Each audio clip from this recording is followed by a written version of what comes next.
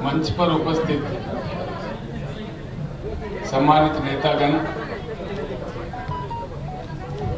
श्री शंकरानंद दोंडगे जी, हमारे बीजी देशमुख जी, श्री भागीरथ बालवीर जी, श्री हरिभाव राठौर जी, घनश्याम जी, कदीर मौलाना जी, भानुदास मुरकुटे जी और महाराष्ट्र बीआरएस के प्रभारी श्री वंशीधर राव जी, मेरे मित्र और महान व्यक्ति अन्नाभाऊ साठे के पोता श्री सचिन साठे जी,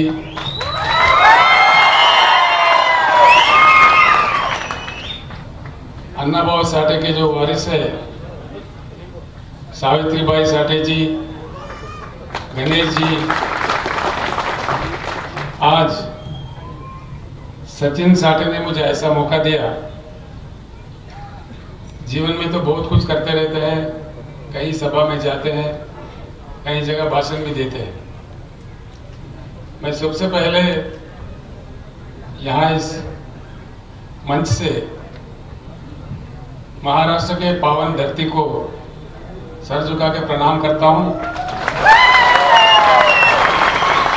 और वाटे गांव जो एक महान व्यक्ति अन्नाभाऊ साठे को जन्म दिया है, उनके जन्म स्थल को भी मैं प्रणाम करता हूँ। आज बड़ी प्रसन्नता मिली है सचिन भाऊ साठे के तरफ से आप सभी लोगों का दर्शन करने का मुझे सौभाग्य मिला है।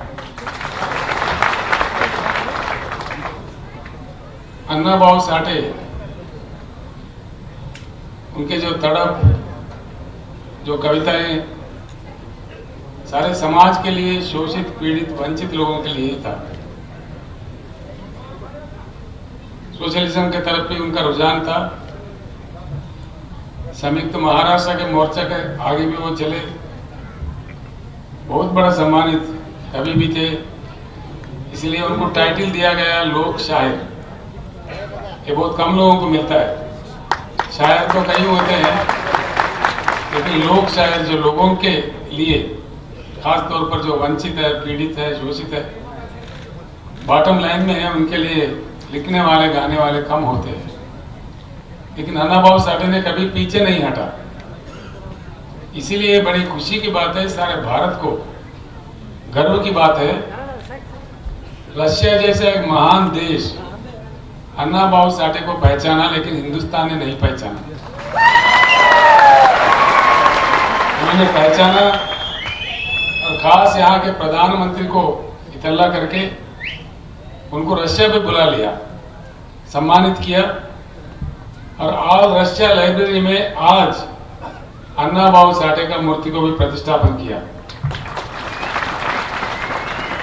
रशिया कम्युनिस्ट पार्टी के मेंबर जो मैक्सिम गोर्की थे, उनका विशेष नावल है माँ, हम तेलुगु में कहते हैं अम्मा। उस माँ के नाम का जो नावल है मैक्सिम गोर्की का, वो पूरी दुनिया में मशहूर है। कई भाषाओं में उसका ट्रांसलेशन भी हुआ है, हर देश में उसका उपलब्धि है। लेकिन बड़ा दुख की बात यह है, रूस सरकार ने अन्नाभाऊ साठे को इंडियन मैक्सिम गोर्की कहा है, भारत के मैक्सिम गोर्की। इतने महान हस्ती जो वंचित के लिए, पीड़ित के लिए अपनी कलम से काफी लिख चुके हैं, काफी कह चुके हैं, काफी लड़ाइयां लड़ चुके हैं, उनके प्रति इस देश में कोई सम्मान का भावना नहीं है। ये बड़ी दुख की बात है। सचिन भाऊ मेरे पास जब आए थे, मेरे साथ राजनीति का काम करने की इच्छा लेकर के, कुछ किताब मुझे दिए थे जो अन्नाभाऊ साठे के लिखे हुए थे। मैंने पूछा तो मराठी में, भाई मैं मराठी नहीं समझ सकता, कुछ अन्य भाषा में इसका ट्रांसलेशन आएगा, कहीं नहीं मिला। मैं अनुरोध करता हूं महाराष्ट्र सरकार से कम अब तो जाके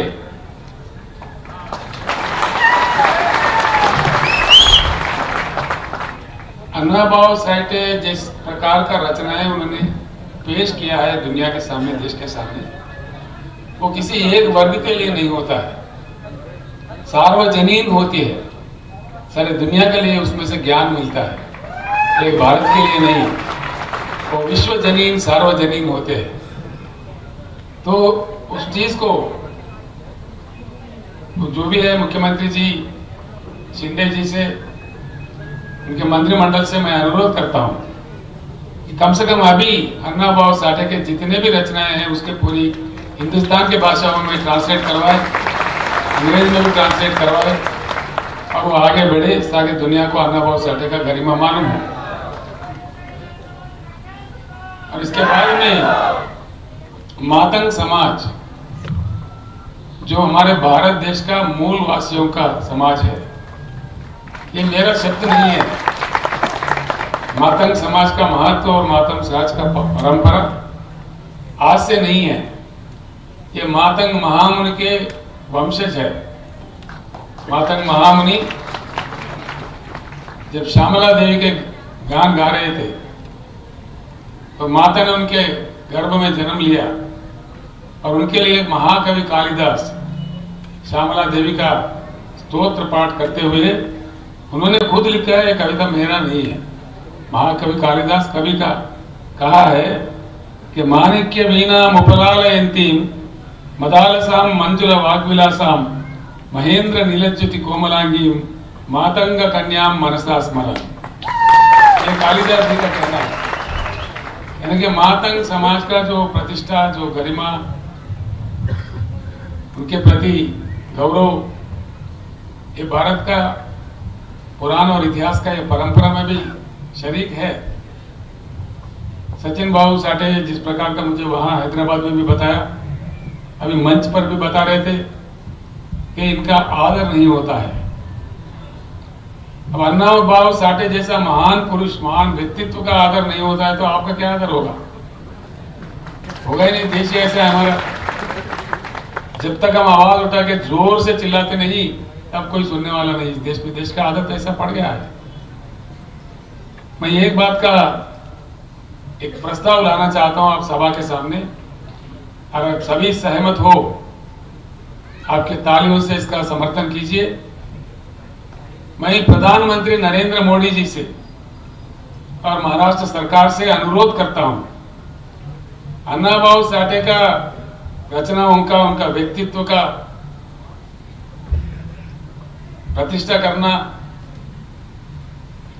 पूरे देश में जागृत, दुनिया में जागृत करने का प्रयास करना, ये हमारा देश का गर्व होता है। अन्ना भाऊ साठे इस भारत का एक महान पुत्र है, उनको रेस्पेक्ट देना हमारा रेस्पेक्ट बढ़ता है। इसीलिए महाराष्ट्र सरकार भी काम करे और अन्ना भाऊ साठे का नाम का भारत रत्न टाइटल देने के लिए महाराष्ट्र सरकार नॉमिनेट करके भेजे।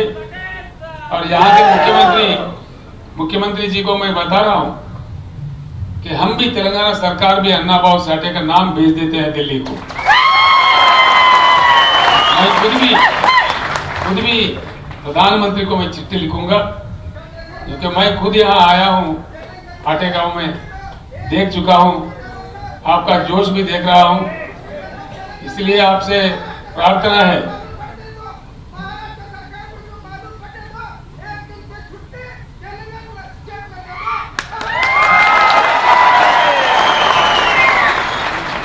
तो ये है बात। अगर आप सहमत हो मेरे बात से, सभा एकजुट होकर एक मुट्ठी से तालियां बजाएं और इस प्रस्ताव को पारित करें।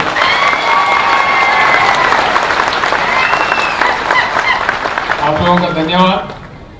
और ये प्रस्ताव बना के मैं माननीय देशमुख जी को, शंकरानंद दोंडगे जी को प्रार्थना करूंगा इस प्रस्ताव को जरूर बना के लाए और हम प्रधानमंत्री को चिट्ठी के साथ इसको भेजते हैं। आगे चलते हैं, देखते हैं क्या होता है। प्रधानमंत्री मोदी जी से भी मैं अनुरोध करता हूं, अन्ना भाऊ साठे को आइडेंटिफाई करना, उनका सम्मान करना, उनको सम्मानित करना, ये देश का सम्मान होगा, कुछ और नहीं होगा। तो इसीलिए प्रधानमंत्री जी से भी मैं अपील करता हूं कि अन्ना भाऊ साठे को भारत रत्न टाइटल देना चाहिए। तो बिल्कुल इसलिए एलिजिबल है, ये हमारे भावना है। और अन्ना भाऊ साठे का काम है, मैं कितना भी कहूँ कम है। कल ये टाइम तक भी कह सकते हैं उनकी सम्मान में। लेकिन ये एक बात मैं जरूर कहना चाहूंगा, सचिन ने आपके सामने जो रखा है, मातंग समाज का सही आदर नहीं है महाराष्ट्र राज्य में, ये मैं भी जानता हूँ। एमएलएस में, एमपीस में, यानी कि आमदार खासदार में, कुछ अन्य चीजों में जो पोजीशन मिलना चाहिए, जो दर्जा मिलना चाहिए, नहीं मिल पा रहा है, सही नहीं मिल पा रहा है। ये आप लोगों का तड़प है, मैं समझ गया हूँ। मैं आपको आश्वासन देता हूँ, जब कभी ऐसी वक्त आता है, मातंग समाज को नजरअंदाज नहीं करेगा बीआरएस पार्टी, और मातंग समाज को साथ लिए चलने का पूरा प्रयास करेगा।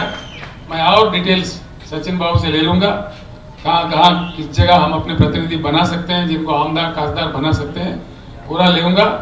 और मैं सच्चे दिल से, नियत से कहता हूँ, मैं पूर्ण प्रयास करूंगा ताकि आपको सही जगह मिले। पहले जैसा नजरअंदाज नहीं किया जाएगा, ये मेरा आपके साथ आश्वासन है।